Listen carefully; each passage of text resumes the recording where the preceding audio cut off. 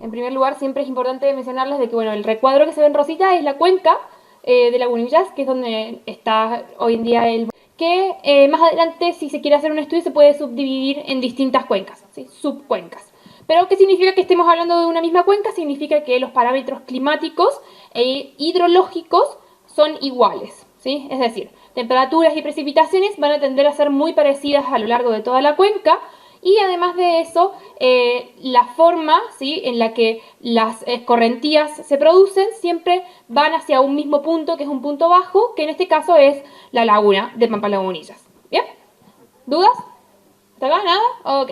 Del otro lado, no, la anterior. Del otro lado teníamos un pequeño mapa, es un mapa geológico, donde podemos ir viendo de que Cancosa, todo el área en realidad, Cancosa y Leniva, es una zona activa, vamos a decirlo geológicamente, donde tenemos procesos volcánicos que levantan las temperaturas. Por ejemplo, ustedes tienen una terma cerquita, ¿no?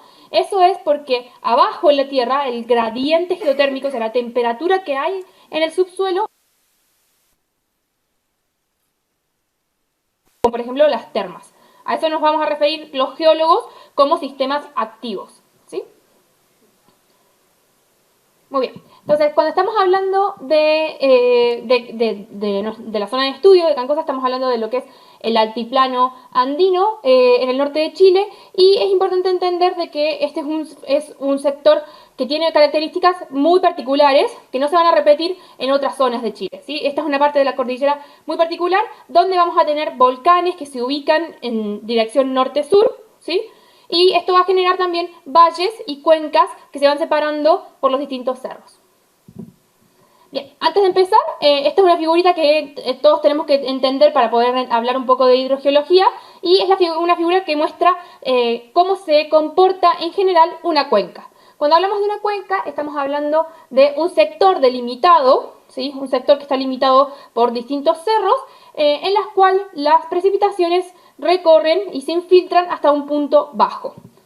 Particularmente, cuando hablamos de la cuenca de Lagunillas, estamos hablando de una cuenca endorreica. ¿Qué significa que es una cuenca endorreica? Significa que todas las escorrentías, ¿sí?, confluyen a un mismo punto, que es el punto más bajo de la cuenca. Es decir, que no tenemos un río que vaya hacia Iquique, ¿sí? Todos los flujos van a confluir a nuestro punto más bajo. Eso significa que es una cuenca endorreica.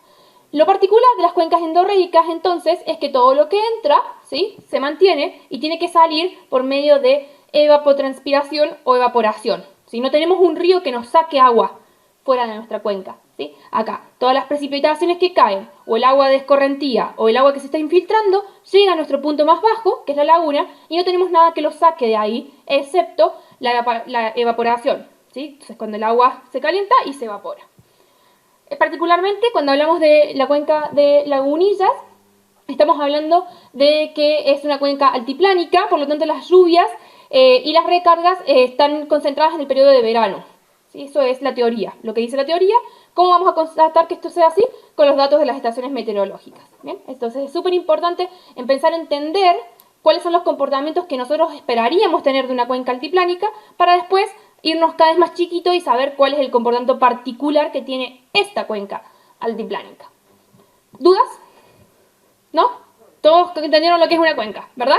Y una cuenca endorreica. ¿Bien? Acá, seguimos entonces. Esto entonces es nuestra cuenca, o la cuenca de Cancosa, donde yo puse de nuevo la red de monitoreo. Lagunillas, perdón, ¿cierto? Disculpen. Donde tenemos toda nuestra red de monitoreo. De nuevo, los puntos azules son los puntos peseta, es decir, que son sondajes. Yo les voy a decir a todos pozos, ¿sí? Para mí, este puntito es un pozo. ¿Por qué? Porque cuando uno hace un sondaje en la tierra, construye un pozo. Si uno extrae agua del pozo, es un pozo de extracción. ¿Bien? No significa que porque yo diga pozo, de aquí se esté sacando agua. No, eso no es así.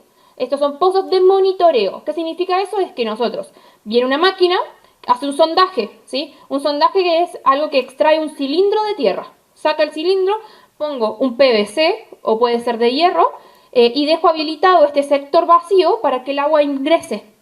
Pero el agua no va a ingresar más arriba de lo que siempre está, o más abajo. Entonces me sirve para monitorear justamente en qué posición está el agua en subsuperficie. ¿Bien? Hay dos tipos de pozos, como le había mencionado, los pozos pesetas, que son de habilitaciones más cortitas, ¿sí? Entre 3 y 5 metros, si no me equivoco, y los pozos LA, que tienen habilitaciones más largas, pueden llegar más profundas, pueden llegar hasta los 200 metros en algunos casos, ¿sí? Entonces los pozos LA nos van a servir para poder caracterizar todo lo que es regional, ¿sí? Todo lo que es a nivel de cuenca, porque son mucho más profundos, nos están hablando del agua subterránea de nuestro acuífero. En cambio, los pozos PZ nos están dando información superficial de la condición de la laguna y el bofedal particularmente, ¿sí? Entonces hay dos tipos de información diferentes. Por eso es que los LA también los podemos ver que están distribuidos a lo largo del camino, ¿sí? Tiene una distribución mucho más grande y nos da información de toda la cuenca en completo. ¿Por qué es importante entender toda la cuenca? ¿Por qué? Porque nosotros, si tenemos una vertiente que está en Caramantija, también tiene conexión con nuestro acuífero, ¿sí? Es todo un sistema conectado. Mientras esté dentro de nuestra cuenca, es un sistema conectado. Muy bien, entonces esto lo habíamos comentado antes de irnos. El clima que se tiene en Pampa Lagunillas es un clima desértico frío en la Pampa en sí, y después tenemos frío de tundra en lo que es las altas cumbres. ¿Por qué me interesa saber qué clima tengo en las altas cumbres? Porque si nieva en la cumbre y después de que pase un tiempo pasamos a verano y eso se derrite, aporta agua, ¿bien? Y como aporta agua, entra dentro de todo mi ciclo hidrológico y tiene relación con los fenómenos que están sucediendo en la cuenca, ¿bien? Bueno, generalmente esto se caracteriza, o estos tipos de clima se caracterizan por pocas precipitaciones. Hablamos de que, obviamente, que en el sur de Chile tenemos muchas precipitaciones, o sea que esto es pocas precipitaciones. Mucha evaporación, ¿sí? Porque el sol pega muy fuerte, entonces se evapora mucho el agua. Y las temperaturas son más bien bajas a moderadas. Eso. Podemos seguir. Bien. Obviamente que no puedo dejar pasar la geología del sector, es parte de quien soy ya en este momento, así que solamente para darles una pequeña imagen, a la derecha tenemos este mapa que es más regional. Ese es el mapa preparado por el CERNA Geomin en la carta de Lirimacancosa. Está gratis también por si a alguien le interesa y la quiere descargar, se puede descargar. Y del otro lado tenemos un mapa generado por Montgomery en el 2019 en su modelo, que también está constatado con los datos que tomó Elizabeth y coinciden muy bien. ¿Bien? Entonces, ¿qué podemos ver acá? Es que, o principalmente para que siempre tengan una pequeña noción de la geología del sector, estamos en un sector volcánico. ¿Bien? Las rocas que nosotros estemos trabajando van a ser casi siempre de origen volcánico. Ahí Keno me estaba muy interesado en saber cuáles eran los tipos de rocas. Siempre que hablemos de este sector vamos a tener rocas extrusivas generalmente, o volcaniclásticas. Cuando nosotros tenemos un volcán, ¿sí? Podemos formar rocas por dentro de la tierra que se enfrían muy despacito y vamos a generar muchos cristales grandotes. Y si no, cuando el volcán entra en erupción, sale el magma, ¿bien? Y esa salida del magma me genera que hay un cambio muy intenso de temperatura. Entonces se congelan las rocas, se forman muy rápido. Y esas son las rocas extrusivas. Generalmente en esta cuenca vamos a tener rocas extrusivas. ¿Por qué es importante entender esto? Porque este tipo de rocas van a ser el basamento de nuestra cuenca. Si nosotros tenemos un basamento que se compone de muchos cristales que están muy unidos y pegados entre ellos, lo va a hacer impermeable, ¿sí? Un basamento impermeable no permite el paso del agua, ¿bien? Y me va a generar un acuífero confinado, ¿bien? Algo que está encerrado en una bolsita. ¿Por qué? Porque no puede pasar por ninguno de los lados. ¿Por qué no puede pasar? Porque las rocas son impermeables. Por eso es importante siempre entender el contexto general de la geología de un sector. Entonces, con esa misma idea, ahí abajo se ve eso se conoce como una sección geológica, ¿sí? Que es básicamente cuando un geólogo dibuja un perfil y determina cómo se están comportando las rocas bajo la superficie, ¿bien? No lo que se ve aflorando, sino que interpreta cómo se comportan las rocas hacia abajo, ¿bien?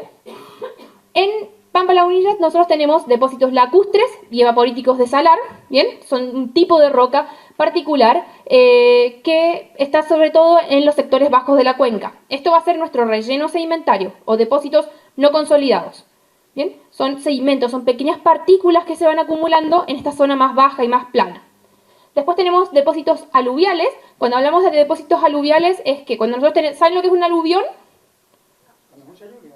Claro, que se genera mucha lluvia y eso hace que la ladera del cerro se erosione, ¿sí? Caen las rocas. Bueno, todo eso que cae, esto obviamente que a través de que pasa mucho el tiempo, forma depósitos aluviales.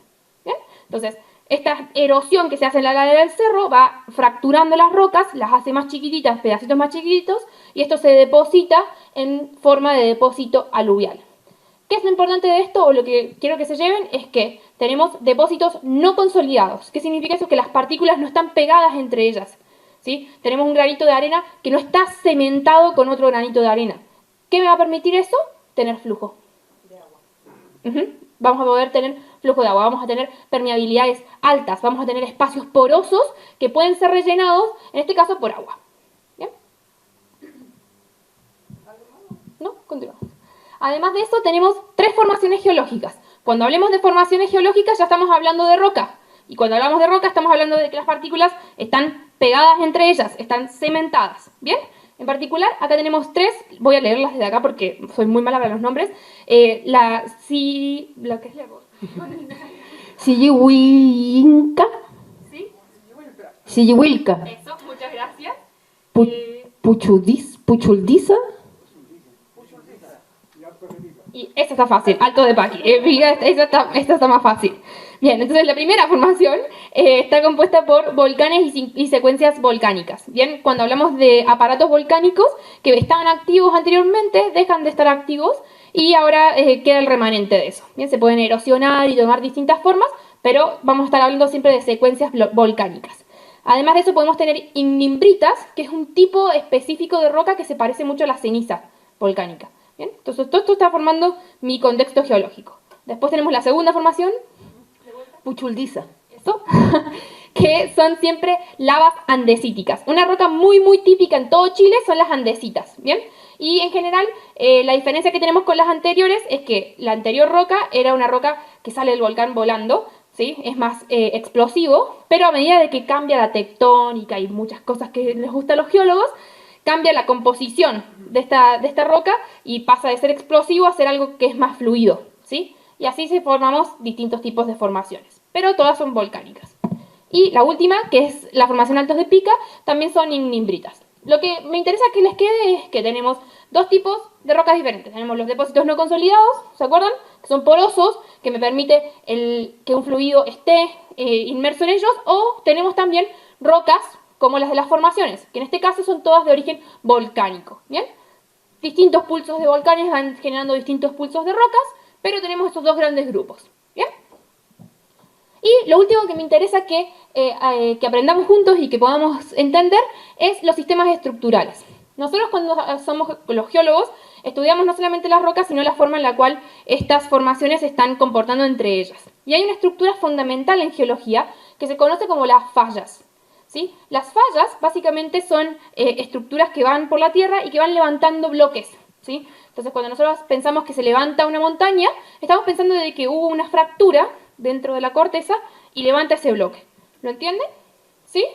Bueno, entonces en nuestro contexto es importante que se vaya entendiendo ese concepto porque hay 3 fallas principales que son muy importantes para el contexto de la laguna. ¿Por qué? Pensemos de que cuando nosotros estamos en algo que tiene mucha presión, ¿sí? Adentro, como por ejemplo tenemos una botella de agua y la aplastamos, ¿sí? Cuando nosotros aplastamos estamos generando mucha presión dentro de esa botella. Si yo abro un poquito la tapa, ¿qué va a pasar con el agua? Sale volando, ¿no? Entonces el agua o los fluidos eligen siempre las zonas de menor presión. Ahora, pensemos en la Tierra. Si nosotros estamos adentro de la Tierra, una roca que está confinada porque tiene presión por todos lados y se genera una fractura, ¿ese punto de la fractura tiene más o menos presión que el resto de las rocas? Ojo, yo estoy generando movimiento, genero una apertura. ¿Tengo más? Es débil, ¿o no? Porque fracturé la roca. Es débil, entonces tengo menos presión. Por lo tanto, si tengo menos presión, ¿qué va a elegir el agua hacer? ¿Irse por la fractura o mantenerse donde estaba? Irse por la fractura. Entonces, es importante que nosotros hagamos mapeo de fallas porque me va a controlar el flujo de agua dentro del acuífero. ¿Bien? En particular, ustedes tienen mapeadas varias fallas, en este caso se ven como las líneas azules. Tenemos un sistema principal, que es este sistema, el norte siempre está hacia arriba, así que es un sistema noreste, sería noreste, ¿bien? Que es este sistema que está levantando justo el cerrito donde está la casita del refugio, ¿sí? Ese cerrito está levantado por unas estructuras, ¿sí? Son fallas que permiten que un bloque sube y por eso tengo ese cerrito. Y otra falla que es bien importante es esa falla que se ve más al sur, que está cortando justo por la parte sur de la laguna. ¿La ven? ¿Sí? Entonces básicamente tengo un sistema estructural que me está limitando la forma en la cual el flujo se moviliza dentro de la cuenca. ¿Sí? Entonces saber la posición de estas fallas y saber su comportamiento es importante para, por ejemplo, establecer cuáles son zonas más propensas a generar vertientes. ¿Sí? ¿Por qué? De nuevo, si nosotros tenemos el flujo que viene por acá y se encuentra con una falla que está así, va a elegir subir, ¿o no? Y al elegir subir, entra en contacto con la superficie del cerro y se genera una vertiente, por ejemplo. ¿Bien? Entonces por eso es súper importante tener un mapeo de las estructuras, que en este caso está bien hecho, está bueno. Nos fuimos a terreno con Jorge y con Edwin, que me dijeron que me vieron y decían que yo no podía subir ningún cerro. Sí, no daban ni 2 pesos por mí ir subiendo el cerro, pero fuimos a ver una vertiente y mapeamos la falla también, ¿sí? Esta falla, la del sur. Así que sabemos que están ahí y sabemos que los datos también están bien tomados. ¿Sí? Está bueno. Ese es nuestro contexto general de estructuras. ¿Los datos de Montgomery están bien tomados también? Sí, sí, sí, sí. Elizabeth también hace el mapeo de la estructura. O sea, todos los que han tomado el dato lo han tomado igual. Sí. Mira, señorita, una pregunta que ¿hay comunicación, digamos, con la Pampa Lagunilla y Salar de Huasco y Coposa? ¿Tienen comunicación como agua subterránea? Por lo que tengo entendido no tiene comunicación porque son cuencas separadas. Entonces tenemos puntos bajos diferentes, ¿sí? Entonces todas las aguas llegan siempre al punto bajo, ¿sí? Eventualmente, si nosotros hacemos un estudio y analizamos las estructuras, estas mismas fallas, que son muy grandes, se podría encontrar una conexión. Pero con la información que hay, la respuesta es no. ¿Sí? ¿Sí? Bien, entonces, entendimos un poco el contexto geológico, entendimos que habían depósitos no consolidados, rocas volcánicas, entendimos más o menos lo que era una falla, ¿bien? Y ahora vamos a entrar de lleno en lo que es el balance hídrico, ¿bien? Entonces todo esto que acabamos de ver es una patita, la patita geológica del análisis hidrogeológico. Y ahora vamos a analizar la patita hidro del análisis hidrogeológico. Un balance hídrico es básicamente entender todo lo que entra y todo lo que sale, ¿bien? Hay factores que nosotros siempre vamos a saber que entran. Las precipitaciones entran en el sistema, aportan agua, ¿bien? Eso entra. ¿Qué pasa con una precipitación? La precipitación se infiltra, ¿bien? Cae agua sobre la ladera del cerro y esa agua tiene 2 caminos. Puede escurrirse, ¿sí? Que se va por la superficie, o puede infiltrarse, ¿bien? Después tenemos factores de salida, como pueden ser la evaporación. La evaporación es un factor de salida porque teníamos agua en estado líquido y por el calor pasa a estar a estado gaseoso. Entonces perdemos agua en nuestro sistema.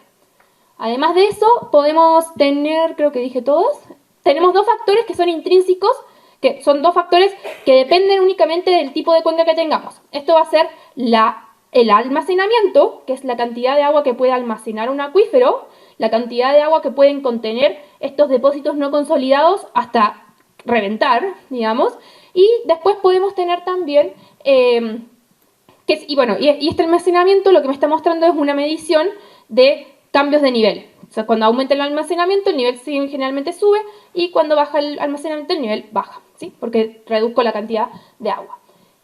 Cuando hablamos de almacenamiento, entonces, si nos ponemos a pensar, dijimos, es la cantidad de agua que pueden tener estos sedimentos no consolidados o la roca. Por lo tanto, es importante entender qué tipo de roca tenemos para poder determinar cuánta agua puede recibir esa roca.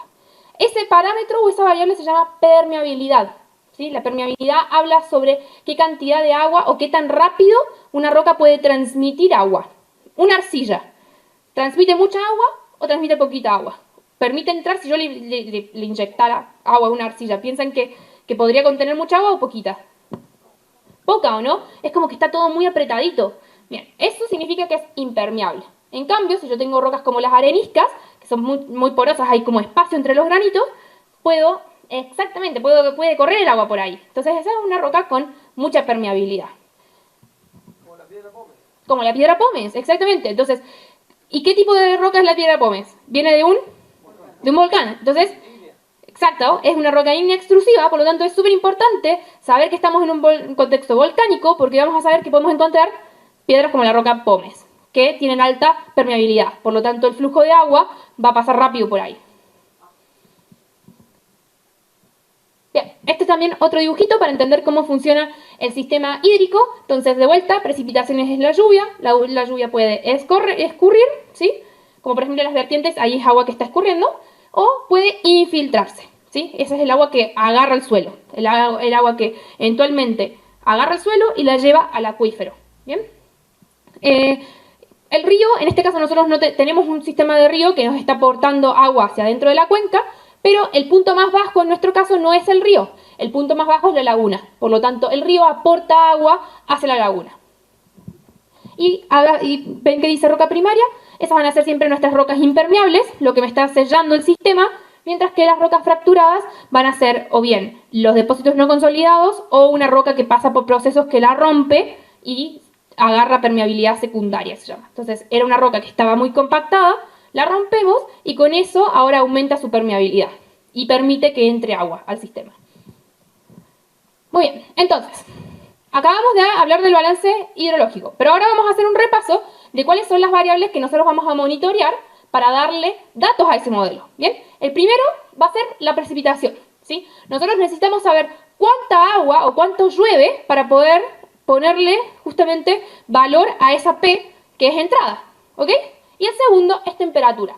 ¿Por qué me importa la temperatura? Porque la temperatura va a sí o sí afectar directamente a la evaporación, ¿sí? Cuanta más temperatura haya, afecta directamente a la evaporación. Pero también, como dijo don Rosalio, perdón, estoy un poco nerviosa.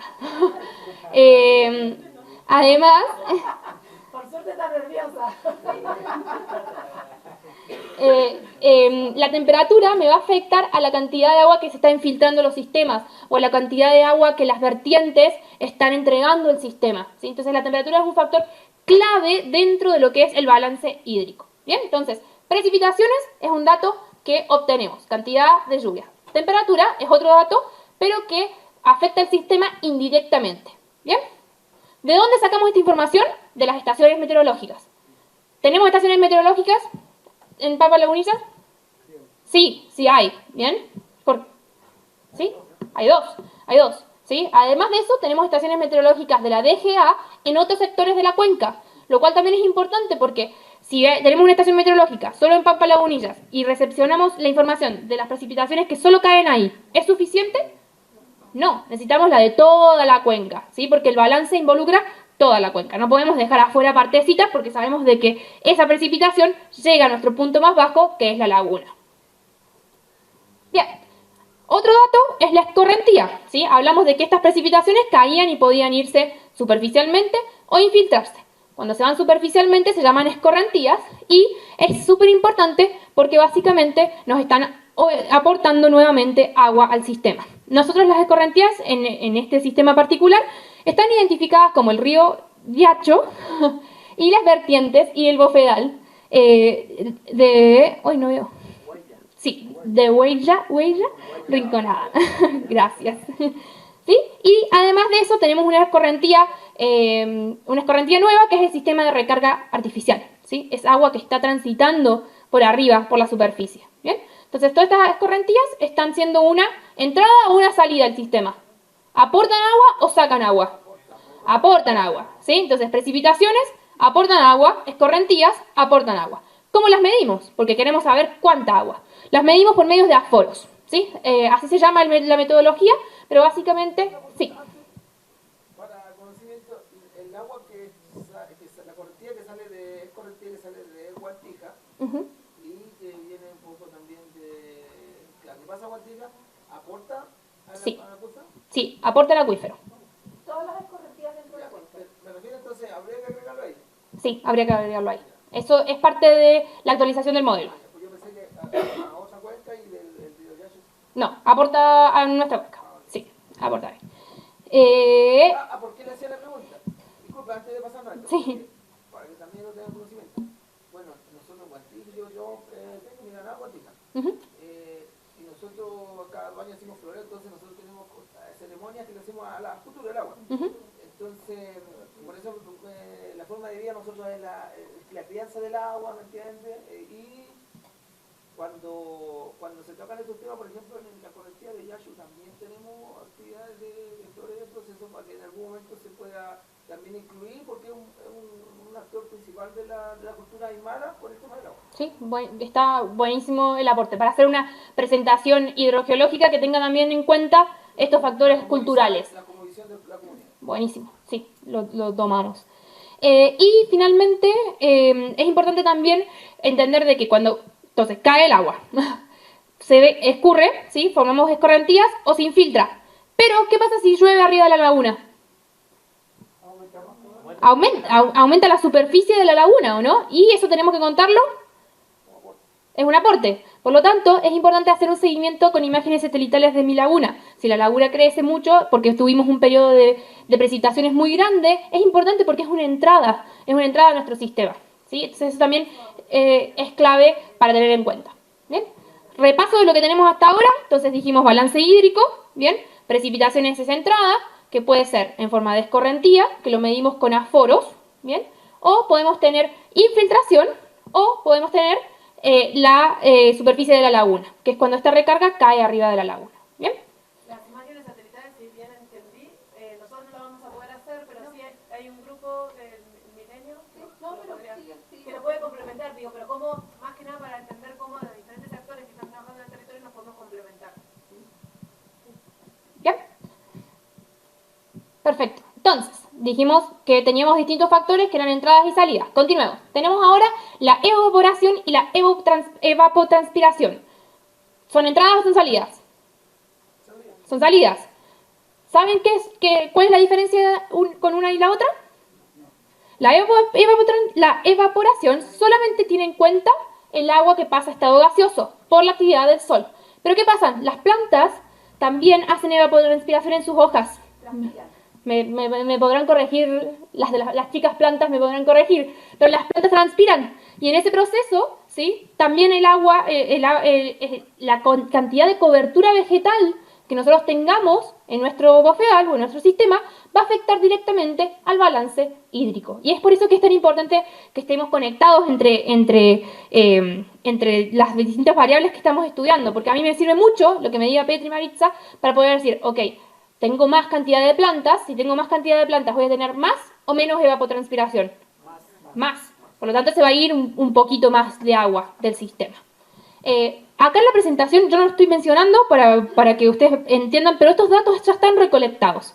Bien, Elizabeth los recolectó, están recolectados en el modelo de Montgomery y lo que estamos haciendo hoy en día es justamente actualizarlos, mantenerlos actuales, porque las cosas cambian en los sistemas, ¿sí? Estamos metidos en la Tierra, que la Tierra es dinámica, por lo tanto las temperaturas cambian, la cantidad de agua cambia, la cantidad de plantas cambia, entonces lo que estamos haciendo es justamente ir actualizando cada uno de estos pequeños parámetros para completar nuestro balance hídrico.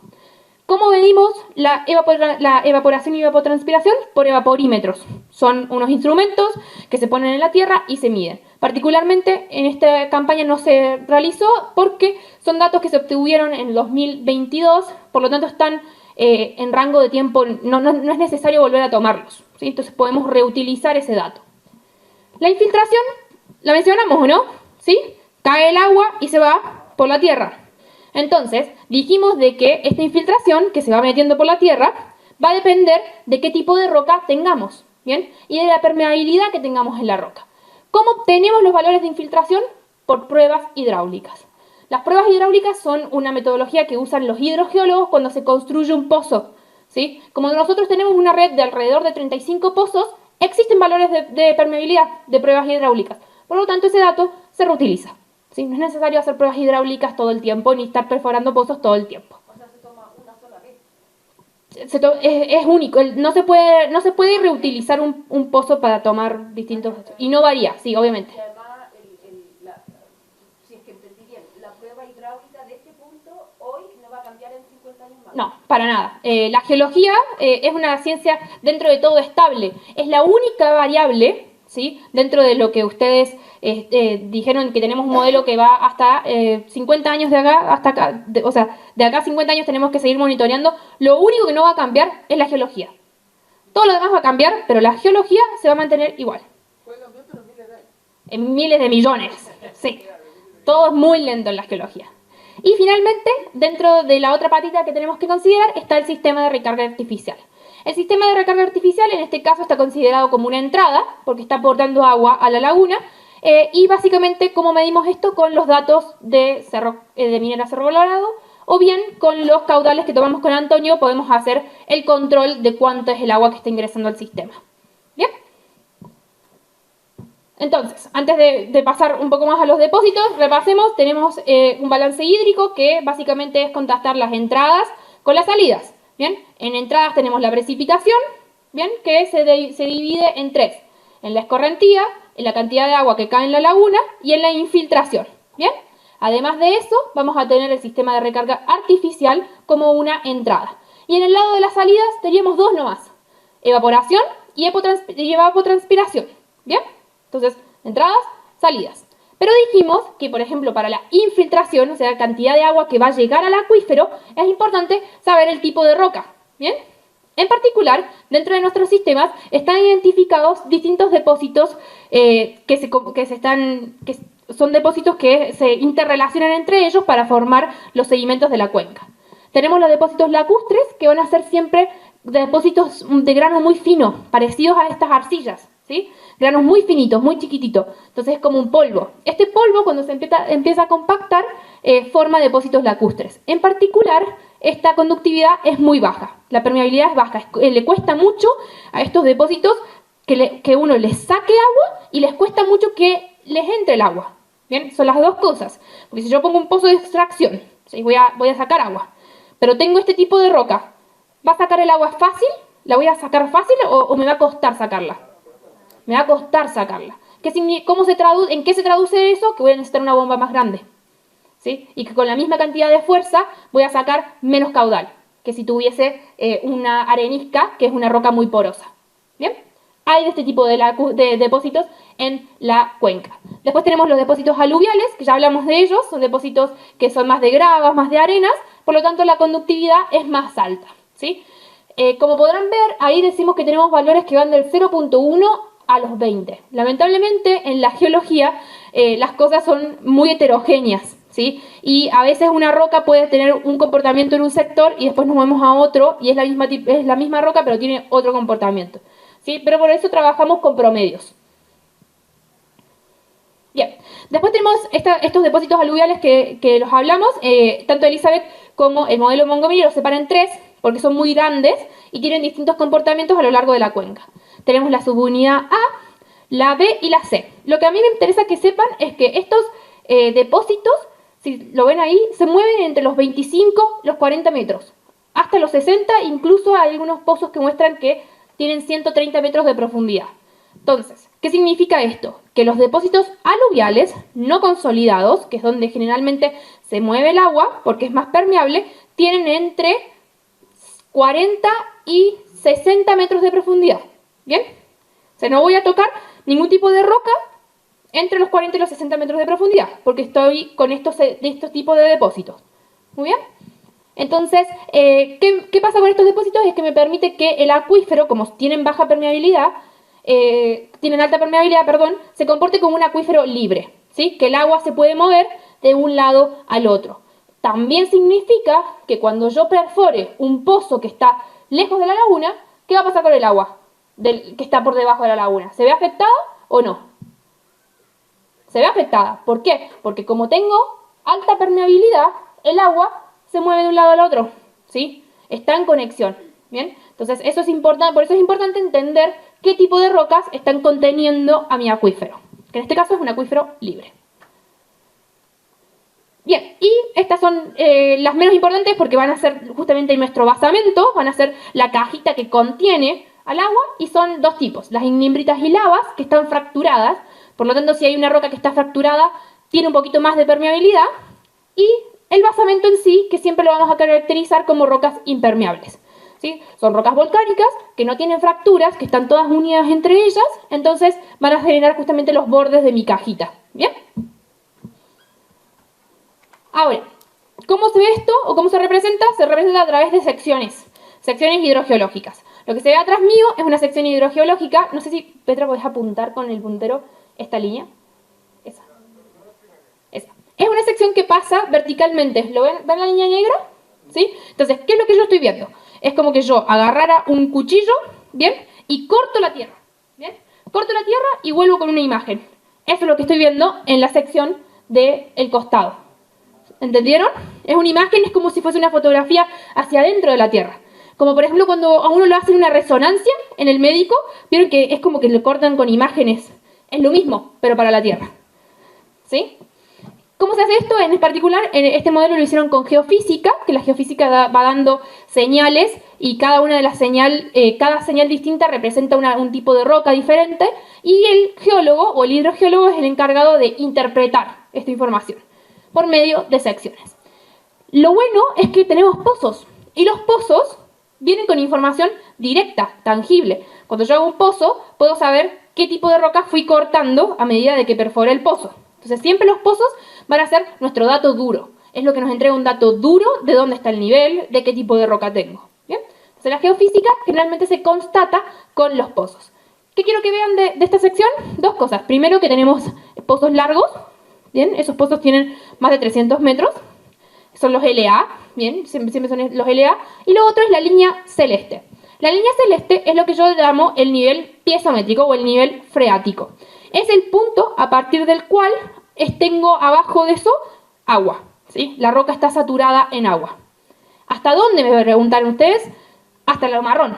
¿Por qué? Porque lo marrón es mi basamento, que es roca impermeable. ¿Pasa el agua por ahí o no pasa el agua por ahí? No pasa. ¿Sí? Entonces, entre la línea azul y lo marrón y lo morado, en este caso son dos basamentos, pero los dos son impermeables, voy a tener agua. ¿Bien? ¿Qué rocas tengo ahí? Los depósitos no consolidados. ¿Qué estoy haciendo yo o qué voy a hacer yo cuando vuelva a Santiago? Es actualizar la posición de esa línea. La posición de esa línea en este momento está con los niveles registrados para 2019. Pero yo fui con Edwin y con Jorge, usamos el pozómetro y medimos el nivel que hay antes de ayer. ¿Sí? Y con eso yo puedo actualizar la posición de esa línea. ¿Bien? Entonces vamos a saber cuál es el cambio, si esta línea ha subido o ha bajado. ¿Qué significa que suba? Tengo nivel freático. Si el nivel freático sube, ¿tengo más agua o tengo menos agua? Más agua. Si el nivel freático baja, tengo menos agua. ¿Bien? Y por eso es que la minera monitorea los niveles. ¿Sí? Porque si el nivel baja, disminuye esta cantidad de almacenamiento de agua que yo tengo. ¿Bien? Si los niveles se están recuperando, es decir, que los niveles están subiendo, la cantidad de agua que yo tengo en mi sistema es más. Tenemos una sección y la que sigue, dos secciones. ¿Sí? Estas son secciones que ya están construidas. El nivel freático que tienen hasta el 2019, más o menos en el sector de Lagunilla o lugares más reconocidos por nosotros, después de algunos kilometrajes que tuvieron. En el sector de la laguna son a los 4015, más o menos. ¿Uno sabe? No. Cuando uno está en Cancosa sabemos que estamos a los 4020 de altura, 4100.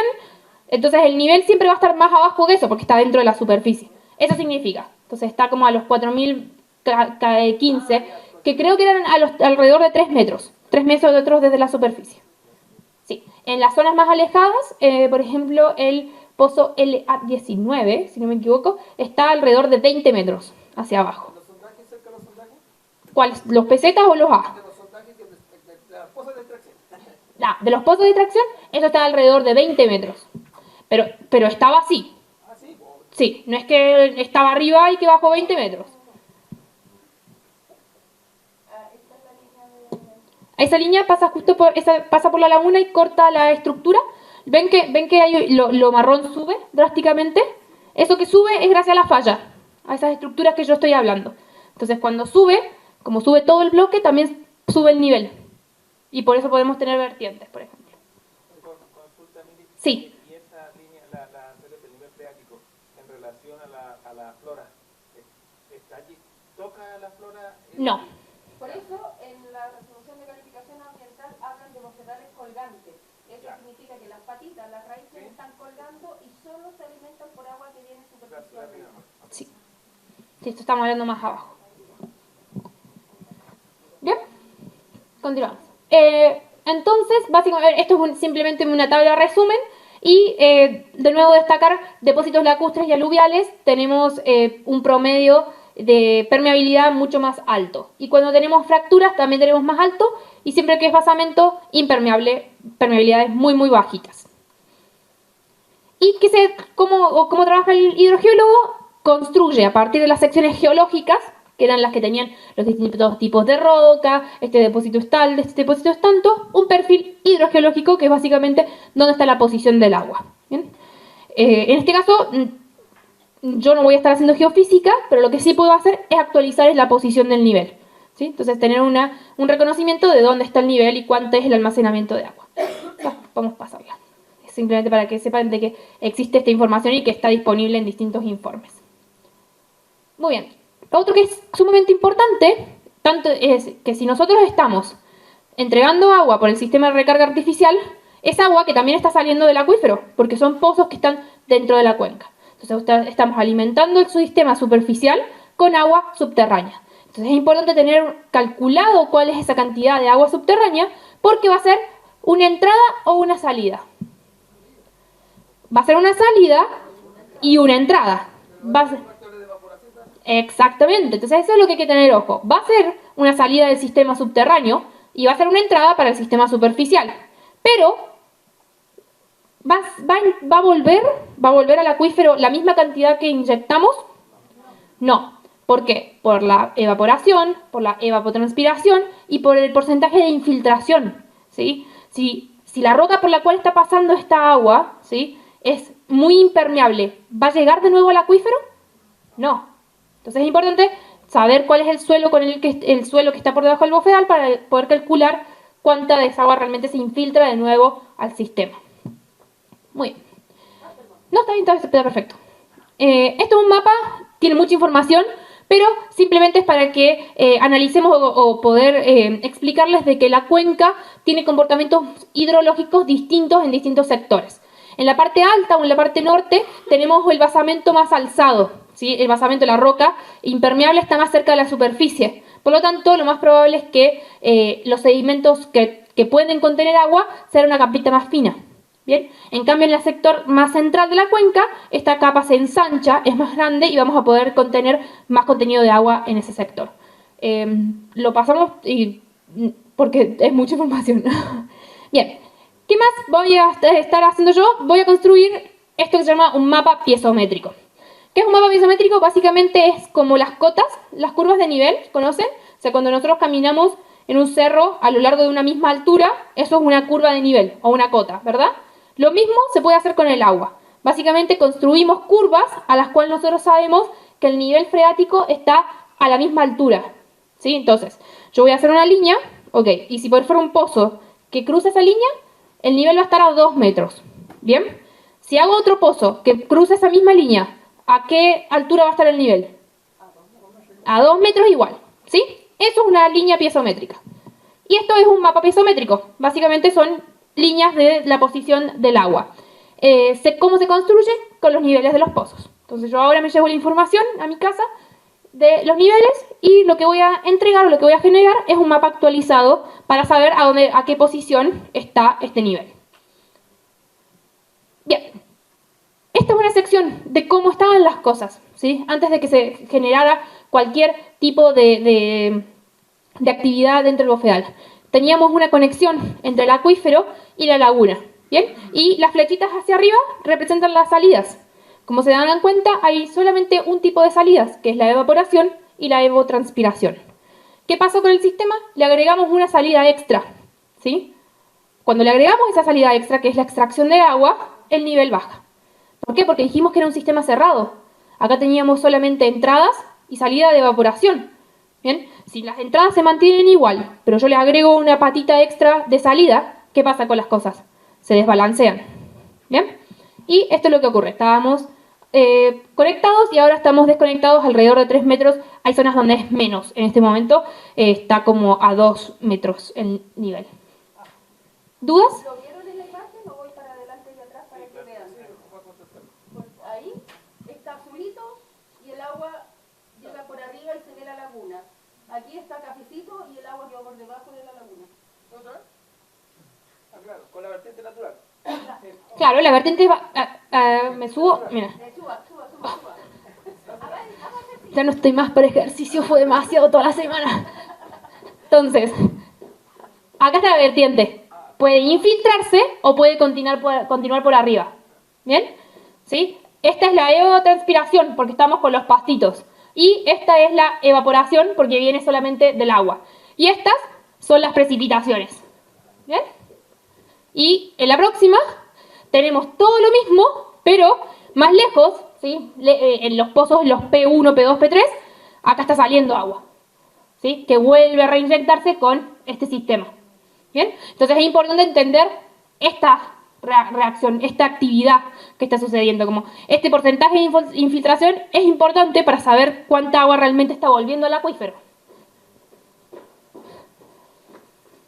Bien, y esa es la misma imagen, pero con pozos y con una fotito arriba más real. Todo esto, les repito, es información que está disponible, es lo que hizo Elizabeth, lo que hizo Montgomery, y la idea del monitoreo es actualizar estos datos. Piezometría, de nuevo, esto también va a ser actualizado. ¿Y cómo se hace? Todos estos modelos de los que yo estoy hablando y todos estos datos se construyen siempre agarrando una unidad grande y dividiéndola en unidades chiquititas. Esas unidades más chiquititas son las subcuencas. Como se pueden ver ahí, cada una de las zonas azules son distintas subcuencas y con estaciones meteorológicas en cada una de las subcuencas obtenemos el dato de cuánto es realmente el agua que está precipitando, como la cantidad de precipitaciones. Y generamos el balance, ¿sí? Sumamos y restamos. Entonces, el caudal del riego es una entrada para nuestro sistema superficial. Precipitaciones directas también es una entrada. Después tenemos el aporte desde el acuífero hacia la laguna, porque en el mundo de la hidrogeología siempre hay una cosa que se llama la capilaridad, pero es que el agua puede subir verticalmente hacia arriba, ¿sí? Siempre es muy bajito y en este caso no se considera, lo descartamos casi cero, así que nos quedamos con el caudal del riego y las precipitaciones. Después tenemos las salidas, evaporación y evapotranspiración. Y además tenemos que se le agregó una variable extra que es la evaporación del suelo. Básicamente, si nosotros tenemos evaporación en la superficie de la laguna, a esa le pega más fuerte el sol y voy a tener más. Pero el suelo también pierde humedad, ¿sí? Esa pérdida de humedad es la evaporación del suelo. Infiltración del sistema de recarga artificial es lo que queremos saber, ¿sí? ¿O no? No sabemos cuánto es lo que realmente está entrando de nuevo al acuífero, eso es lo que queremos saber. Es nuestra incógnita en la ecuación. Y finalmente el cambio de almacenamiento de la laguna, eso es un parámetro hidráulico que se mantiene fijo y está calculado por distintos modelos. Vamos. Entonces, ahí está la definición de lo que les acabo de decir y únicamente nos queda reemplazar cada una de nuestras variables con los datos que tenemos. ¿Bien? Tenemos datos que los tomó Elizabeth y tenemos datos que yo voy a actualizar para poder encontrar el valor actual de esa infiltración, de esa incógnita. Ese es el modelo con lo cual se sacaron los datos, ¿sí? Se analiza las superficies de la laguna para saber cuánto es lo que realmente se evapora. Lo importante es entender que la evaporación que ocurre en la superficie de la laguna es distinta a la evaporación que existe donde no hay agua. ¿Bien? Eso es lo importante. Claro, o sea, en las zonas más profundas de la laguna voy a tener una evaporación y en las zonas más someras de la laguna voy a tener otra evaporación. Pero es por términos de temperatura, básicamente. ¿Qué es lo que está marcado en rojo acá? Exacto. Y con eso tenemos, esos son los datos que yo encontré, leyendo los distintos informes, recopilando la información, mezclando lo que hizo Elizabeth con lo que hizo la minera, corroborando qué datos les da a cada uno, llegamos a este pequeño resultado donde tenemos las precipitaciones, el almacenamiento, la evapotranspiración, la evaporación de la laguna, la evaporación del suelo y la recarga. ¿Bien? En ese momento la recarga era de 13 litros por segundo. Nosotros hoy sabemos de que debería ser 25. ¿Sí? Entonces ahí, por ejemplo, tenemos un dato que tiene que ser actualizado. Eso es el balance, las cuentas, para ver cuánto nos da. Y el resumen, está bien, perfecto. El resumen es que los valores medios anuales muestran una superioridad de las salidas.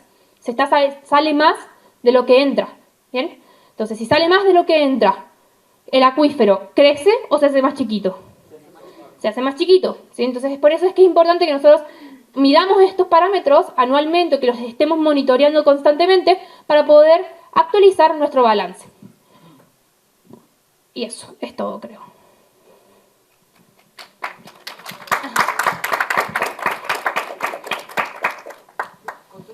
Consultas. La idea es que al 2075 esto no esté descolgado.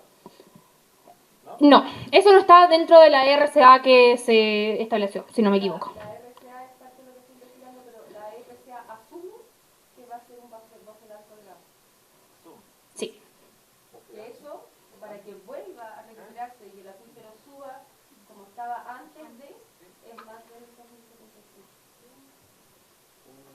Bueno, por eso también es importante tener un sistema de referencia, ¿no? Pero no significa que sea todo malo. Puede mantenerse el bofedal, puede mantenerse como un bofedal colgado. Digamos. Naturalmente hay existen los Sí, bofedales existen. colgados, hay una formación vegetacional que existe. Y ahí el tema va a ver cómo se ajusta climáticamente. Exacto, básicamente es que el sistema se vuelva su propio sistema hidrogeológico y que las precipitaciones sean las suficientes para contrarrestar la evaporación. ¿Sí? En este momento no es suficiente porque no tenemos la cantidad de agua necesaria para que eso ocurra en mi sistema. Al menos va a estar menos colgado de lo que está ahora. Pero eso es lo que estoy investigando en la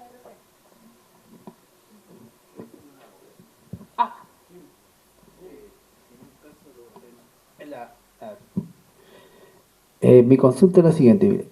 Si en un caso pararan las bombas de inyectar agua ahí a la laguna, ¿cierto? ¿Cuánto más o menos se demoraría en bajar la laguna? Ya sería a pérdida total. No tengo, se puede calcular, pero no tengo para darle la respuesta en qué cantidad de años se terminaría de secar. Porque va a depender de la cantidad de precipitaciones que haya, de la evaporación, de todos esos datos. Pero eventualmente iríamos para ese lado. Ah, ya, perfecto. A ver, pero ¿me puedo aventurar? No científicamente. No científicamente, pero esto es un ejercicio de deducción. Porque la minera empezó a funcionar en 1994, cuando este sistema estaba normal. Del 94 al 2002 se secó el bofedal, que es lo que tú estás preguntando. Entonces, en 8 años se secó el bofedal. Pero con extracción... Con una extracción importante. Ahora no hay extracción de bofedal, de agua.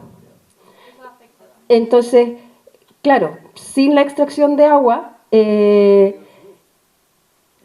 lentamente debería recuperarse el bofedal, o sea, no, la napa freática. El nivel freático se debería recuperar lentamente. Y la lluvia y las nieves. Y entonces el espejo de agua de la laguna va a pasar a otro comportamiento, y aquí que Mili me corrija, pero va a pasar a un comportamiento estacional. Si no hubiera sistema de recarga, la laguna va a tener agua, no agua, que es como lo que está sucediendo con Guantija. Ahora la pasamos con auto y está llena de agua Guantija, y después van a haber años que no va a tener agua y años que va a tener agua, años que no va a tener agua, entonces no se va a secar indefinidamente, pero va a empezar a oscilar, a variar. ¿Estoy en lo correcto? Muy buena clase, profe. Más todavía ahora porque ahora estamos en calentamiento global. A eso iba mi siguiente punto. El tema es que, ok, hacemos la prospección de que en 8 años se secó, pero si no tenemos sistema que extraiga agua, podríamos hacer que se seque en 16, lo hacemos el doble, pero tenemos cambio climático. Por lo tanto, ese factor también contribuye a que los cambios sean más bruscos. No es que se vuelva a secar como se secó el 2002, pero va a entrar en un comportamiento de fluctuación, de oscilación. Años secos, años húmedos, años secos, años con agua y años sin agua. Va a entrar en Y los secos cada vez van a ser más grandes, en Claro, el realidad. tema es que cuando se seca, también la salinidad afecta más y cada vez se Sí. va a hacer más salina, cada vez va a afectar más. Y cuando se seca Y ahí ocurre... está la biodiversidad que se acerca, que vive en... Y cuando se seca ocurre un fenómeno de subsidencia, se llama, que es que si hay agua en los poros, esa agua ocupa un espacio. Si yo saco el agua y el poro queda vacío, ¿qué va a tender a pasar con el suelo? Colapsa, ¿o no? Como que quiere cerrar esos lugares. Entonces el suelo se vuelve más compacto. Y si es más compacto, tiende a ser más impermeable. Entonces la tasa de infiltración que va a tener la laguna hacia el acuífero va a ser menor. El año 2020, si no me equivoco, Sí, bien, en el contexto del último acuerdo de relacionamiento que tuvo la comunidad cortó la mesa de trabajo o sea, se cortaron los relacionamientos con la compañía y se impidió el ingreso, en este caso, de la empresa Biornat al bufete de Lagunilla. Entonces, si bien seguía el sistema de recarga artificial funcionando, ahí nos dimos cuenta que en un periodo, ahora sí, es muy estimativo, porque tampoco lo monitoreamos, no teníamos esa expertise, no teníamos los monitores capacitados, etcétera, pero puede ser en unos par de meses, después cuando fuimos con Elizabeth, una vez que ¿cuándo habríamos ido con Elizabeth? Unos 3, 4 meses, habríamos ido después de que se rompió esta mesa y se impidió el ingreso, en este caso, de Biornat, que de cierta manera igual ellos hacen un manejo, pero obviamente no con el conocimiento ancestral, ya se veían un deterioro importante del bufete. Entonces lo que pasaba es como ellos hacen como unos manejos, obviamente, que como decía, no tienen el conocimiento ancestral, ellos igual van como guiando el agua, al no tener este trabajo que hace la empresa colaboradora o contratista de la compañía, buscaba atender su nivel, o sea, su nivel natural, nivel de equilibrio, y entonces iba como estos ríos que uno ve en los sistemas y caía hacia abajo. Se infiltraba y no alcanzaban, se recargaban sí el acuífero en los puntos cuando medíamos, teníamos alzamientos puntuales de niveles. En esos puntos había unos pequeños ascensos, pero eran asociados a esta infiltración que se daba de los puntos del sistema de recarga artificial. Pero sí, en unos par de meses, lamentablemente como comunidad no tuvimos la capacidad en ese momento de haber registrado, hubiese sido muy importante. Como lo que habló Jorge, chicos, que en invierno las tuberías se congelan y a veces se rompen, de pronto frenan el bombeo y pues dijo que una semana ya se notaba que se estaba secando, ¿no? Hemos tenido varias rupturas de matriz nosotros en la lagunilla. Y el bofedal se seca al poco tiempo de que hay ruptura de matriz. Nosotros fuimos los meses y notamos un deterioro importante. De hecho, esos registros están en la imagen. No recuerdo ahora bien si esos están en el informe, debiesen estar, pero hay registros de cómo fue el impacto en este periodo. De hecho, fue tanto el impacto en ese momento que Elizabeth recomendó que urgentemente que Biornat volviese a ingresar a la laguna para que pudiera hacer los manejos, porque el deterioro que estaba teniendo en este caso habían pozones que nosotros encontramos que estaban la fauna, no sé, los peces pequeñitos que estaban acosados y se estaban muriendo. Falta oxígeno. Entonces, este conflicto que estaba teniendo en ese momento la comunidad, la hidrogeóloga recomendó que por favor la empresa pudiese entrar y restablecer los manejos que... Y eso también demuestra de que el manejo tiene un efecto positivo en la recuperación del bofedal, por lo tanto solo podemos imaginar que el manejo ancestral va a tener un efecto más positivo, porque ustedes saben realmente cómo hacerlo. Complementado, sí. Sí, porque ahí hubo un conflicto, porque la comunidad en ese momento dijo, no dejemos entrar más a la empresa, que no vengan a monitorear. Entonces, en una asamblea se tomó la posición de dirección en ese momento, pero después, al ir a constatar el terreno, los profesionales nos dimos cuenta que finalmente esa decisión tuvo un impacto inconsiderable en el bofedal. Entonces, hay que tener, en este caso, Vía de comunicación abierta. vía de comunicación abierta. Ahí me Sí. No, solamente dos cosas quería agregar respecto a la presentación que nos hace Milagros en todo este tema de hablar de la piedra ahí a la cabeza de Petra.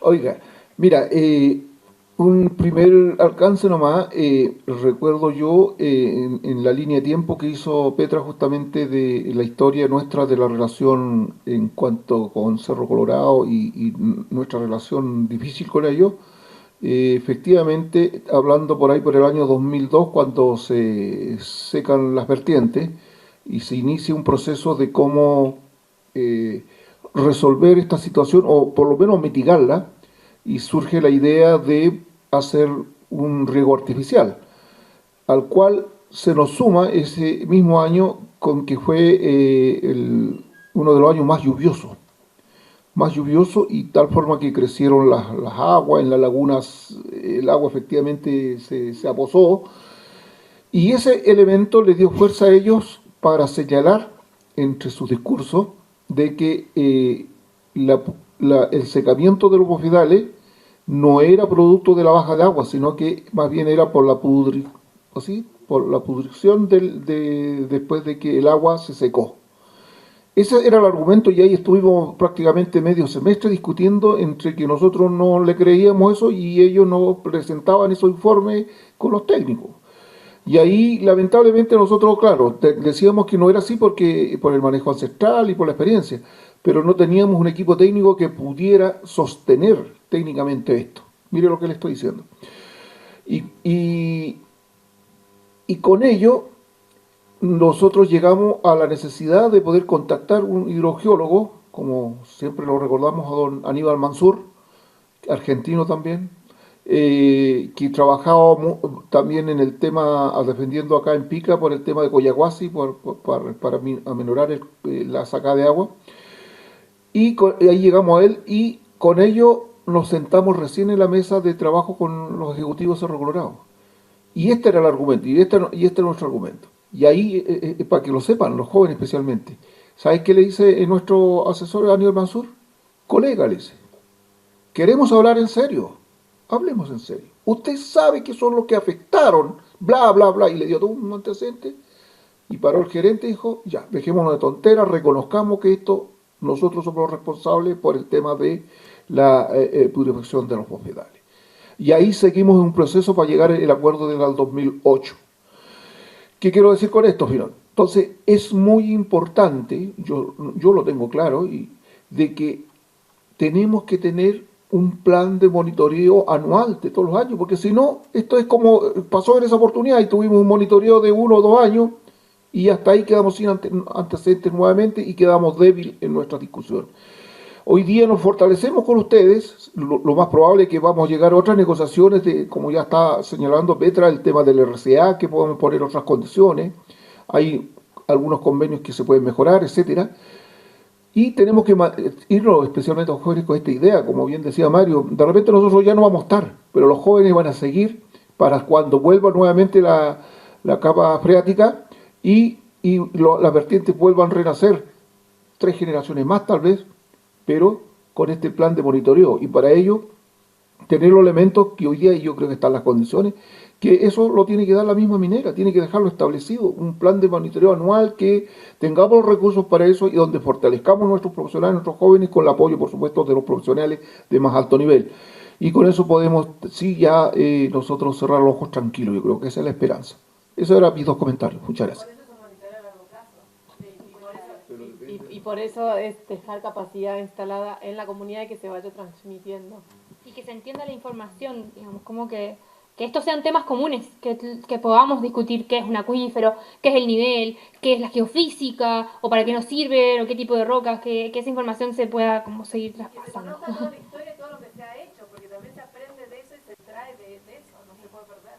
Y bueno, a partir de la conversación que se ha dado ahora, a mí me surge también un nuevo propósito para este plan de monitoreo, lo que mencionó Antonio, que hubo un hijo, es cierto, Antonio hijo y luego el padre, pero primero lo dijo, lo primero que refirió Antonio hijo es que hubo una mesa, o sea, hubo un diálogo entre comunidad cancosa y minera que generó una acción de impedir que entre la empresa consultora a hacer lo que tiene que hacer.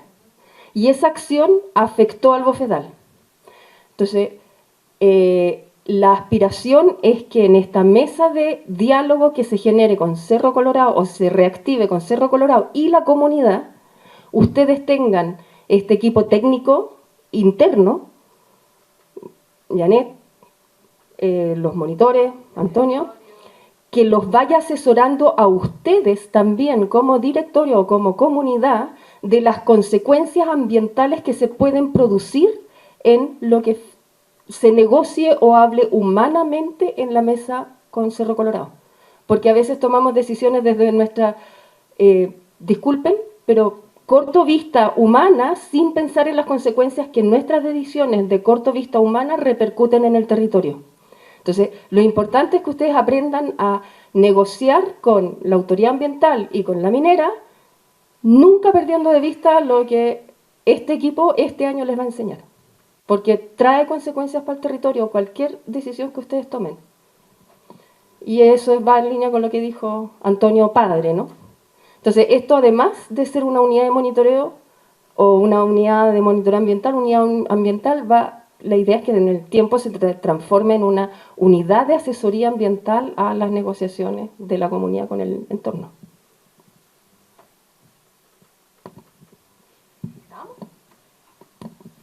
A ver, lo que dice la señora Preta es verdad. Ojalá que nos prepare bien a los jóvenes, digamos, a los monitores y todas esas cosas, para seguir los 50 años que nos quedan, como dice don Antonio, mamá y padre, porque es importante si vamos a tener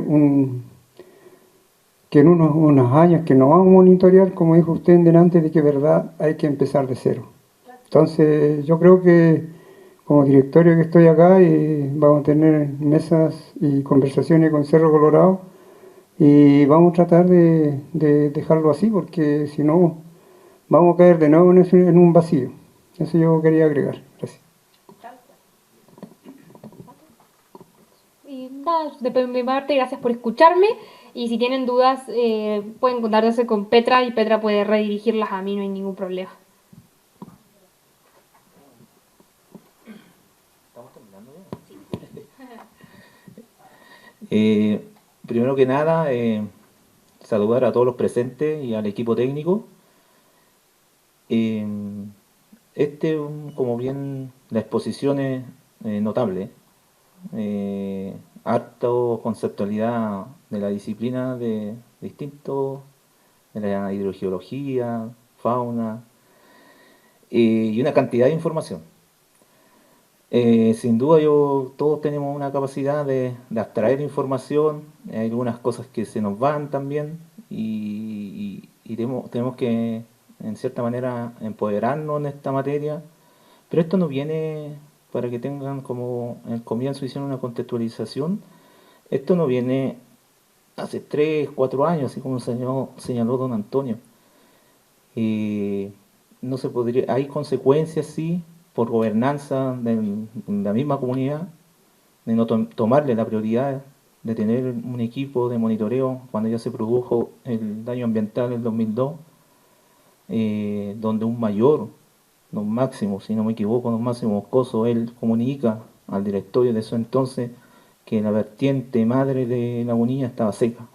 Y eso fue un dolor para los mayores, porque ellos sienten más dentro de su conmovisión de la surgente de la vertiente que ya estaba seca.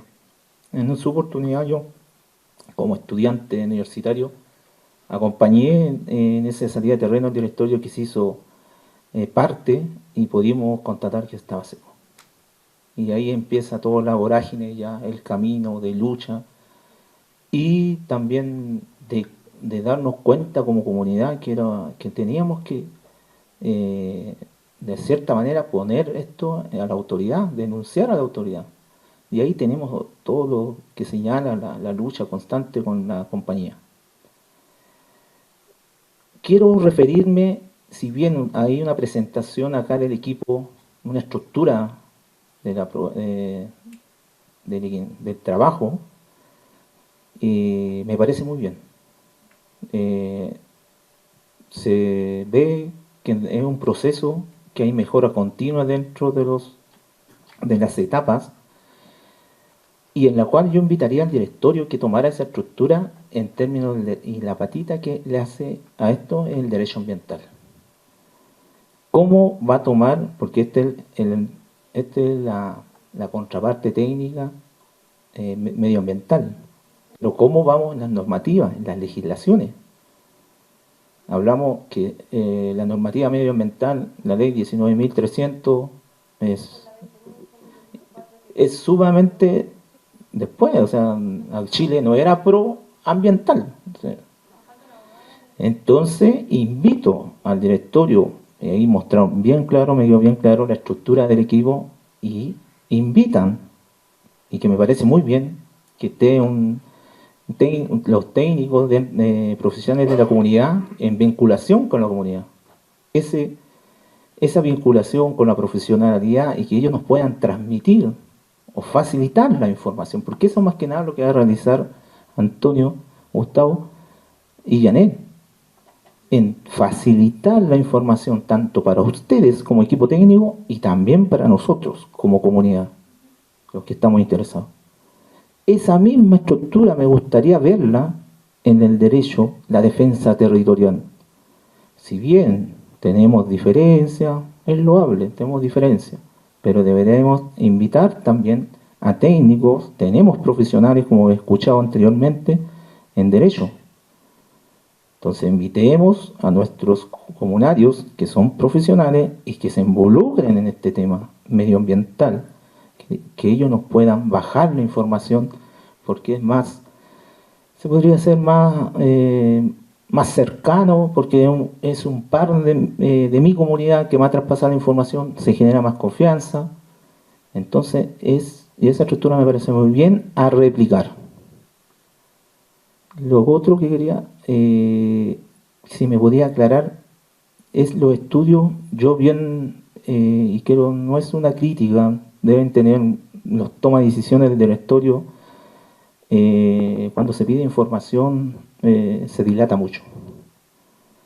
Yo no estuve en la información, yo siempre he sido pidiendo información técnica, los estudios. Desconozco los resultados de Elizabeth, pero me gustaría aclarar porque he escuchado también información y ustedes me pueden aclarar que los resultados que realizan de su informe Elizabeth y que lo manifiestan ciertos comuneros en la asamblea, que eran similares a los resultados del equipo técnico de Cerro Colorado. ¿Es así? Los datos en términos de, por ejemplo, Elizabeth mide la fototranspiración y lo comparamos con la fototranspiración de Montgomery, son similares. O sea, que no hay discrepancia en los datos que Minera Cerro Colorado está reportando. Eso es bueno, o sea, que los niveles que uno mide y los niveles que reporta Cerro Colorado son coherentes, No hay diferencia. No hay diferencia entre ellos. Las conclusiones pueden ser diferentes. Ya, es que a eso voy yo. Acá y profesionales dentro de la comunidad, no vamos a personificar a personas.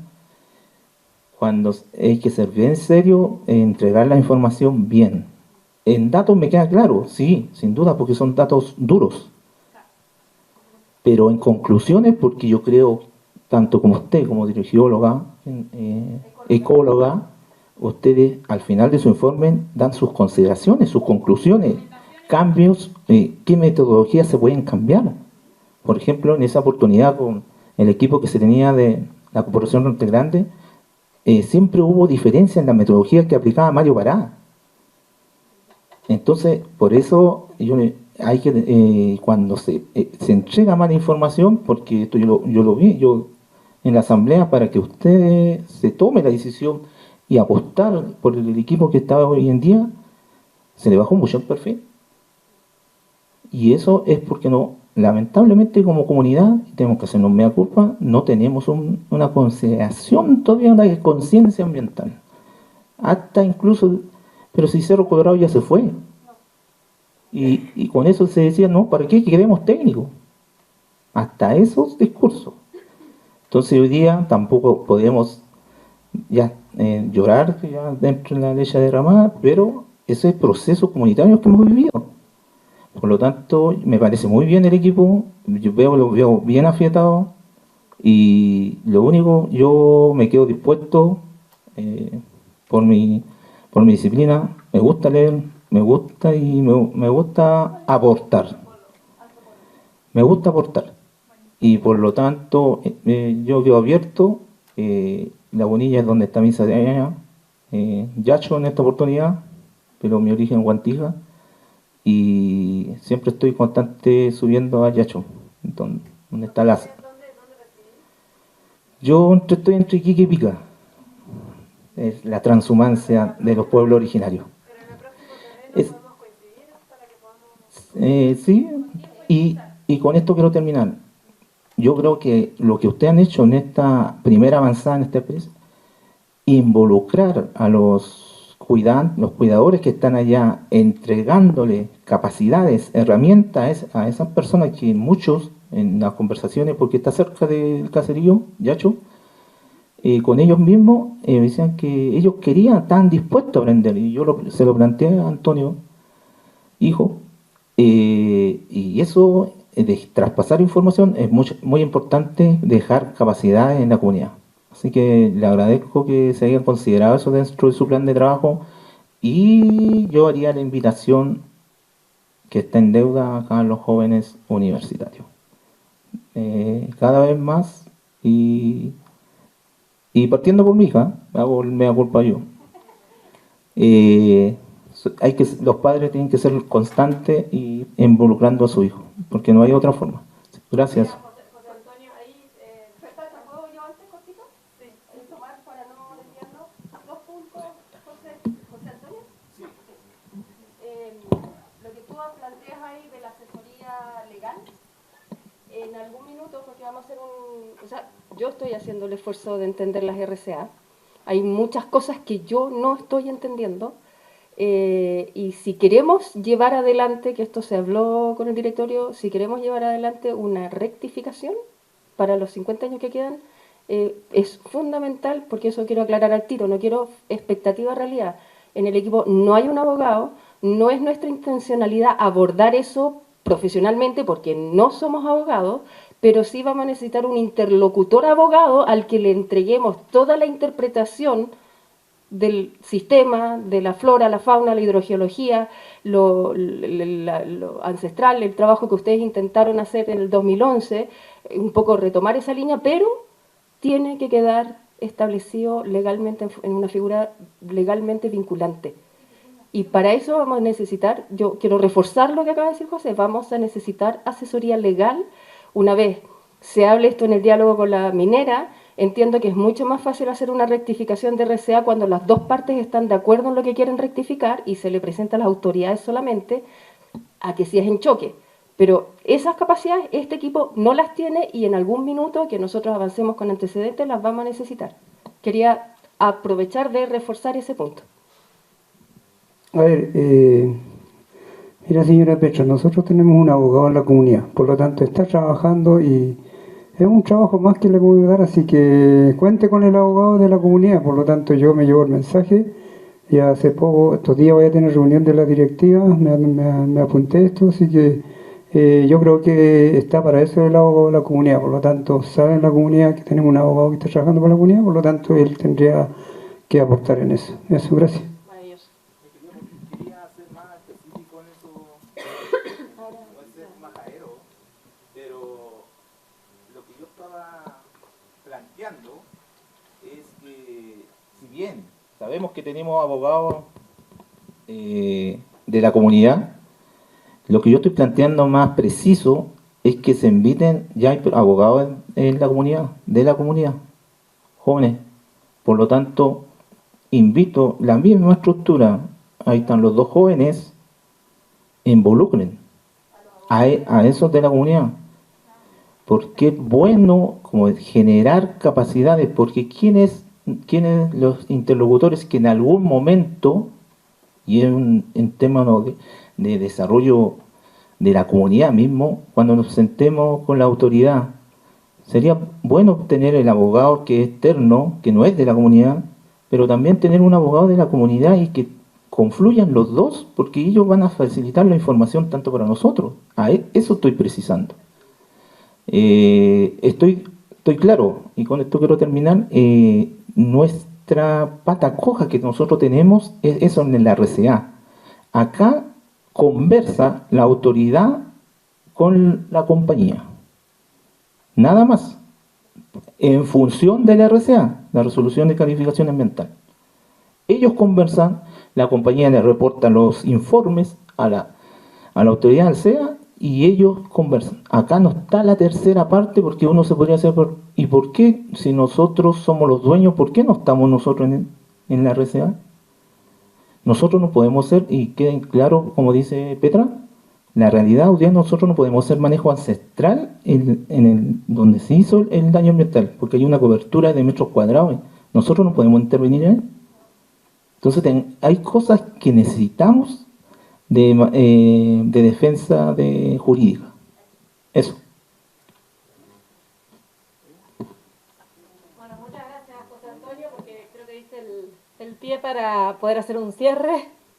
Finalmente, hiciste mucho hincapié en el modelo de gobernanza. Para nosotros, lo contamos al principio, pero para nosotros siempre fue muy importante el generar este equipo local.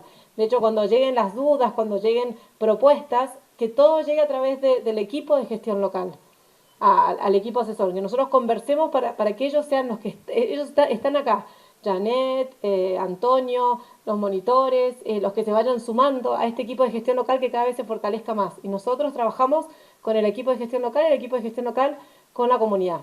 Y obviamente cuando nosotros llegamos acá al terreno, lo abrimos, pero queremos consolidar y fortalecer ese equipo de gestión local que finalmente va a ser el responsable de asegurar que este monitoreo se mantiene, que se gestiona de manera apropiada la transferencia de conocimiento, que se aprende, que se salvaguarda también todo el instrumento, el equipamiento, que se administra, que se gestiona y que podemos integrar a toda la comunidad. Porque lo que vos dijiste, ustedes son los dueños, ustedes son los que deciden. Entonces para nosotros es sumamente importante fortalecer este equipo.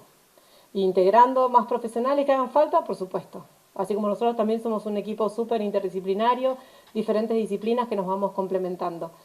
Y lo último, como una propuesta, porque creo que surgió en conversaciones y charlas que tuvimos informalmente, nosotros ya vamos a tener de manera anticipada las fechas de los próximos terrenos. De hecho, queremos también ojalá si hay festividades de ustedes, coincidir en esas festividades y poder quedarnos y poder estar y poder compartir esas festividades con ustedes para que ustedes también nos conozcan más y nosotros conocernos más a ustedes. Y en esos monitoreos, esas campañas que vamos a estar en terreno, si hay más profesionales de la comunidad y más gente de la comunidad que quiera ser parte de esos monitoreos, pueden sumarse. Nosotros lo avisamos con tiempo y también es más gente que también de la comunidad que se va capacitando. Es como lo que sucedió espontáneamente con Alejandra ahora y con Teodoro, que se sumaron y fue un tremendo aporte. O sea, fue otro monitoreo. Hay muchas licencias para ir a monitorear, así que no hay ningún problema. No viene bárbaro nosotros. Más manos, más ojos, más... Hay que caminar, eso sí.